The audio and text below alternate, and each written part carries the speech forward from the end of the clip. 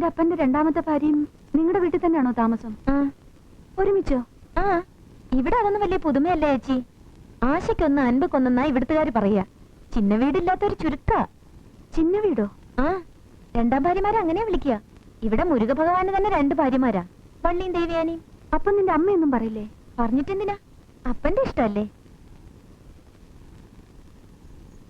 Balance ഉണ്ടെങ്കിൽ വെച്ചിരുന്നാ പോതും. ഞാൻ അപ്പുറം വന്ന് വാങ്ങിക്കല. നീ കൂടെ പോറ. കൊഞ്ചം വേല ഇരിക്കണ്ണ. ശരി. குழந்தைக்கு என்ன பால் எடுக்கணுமா? വേണങ്ക.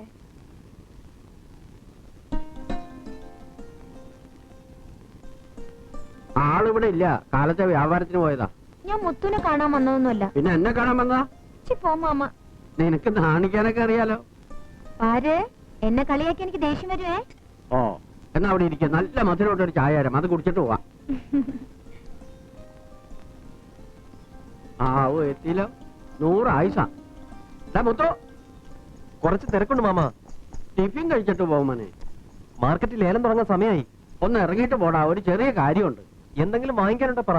മാർക്കറ്റിൽ നിന്ന് വരുമ്പോ ഞാൻ മേടിച്ചോണ്ട് വരാം. എനിക്കൊന്നും മേടിക്കാനില്ല. നേരത്തും കാലത്തും ടിഫിൻ ചാപ്പിട്ടില്ലെങ്കിൽ കൂമ്പ് വാടിപ്പോ. ഞാൻ പറഞ്ഞില്ലെന്ന് വേണ്ട. വാ, നമ്മുടെ സൗകര്യം നോക്കി കടച്ചെന്നല്ലേ ജോസൻ എന്നെ ഓടിക്കും.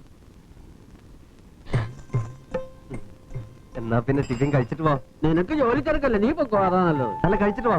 മാമൻ പറഞ്ഞിട്ട് അനുസരിച്ചില്ലാന്ന് വേണ്ട. അങ്ങനെ വലിയ ബഹുമാനം ഒന്നും വേണ്ട. അല്ല, സമയത്തിന് ആഹാരം കഴിച്ചില്ലെങ്കിൽ ഈ കൂമ്പ്.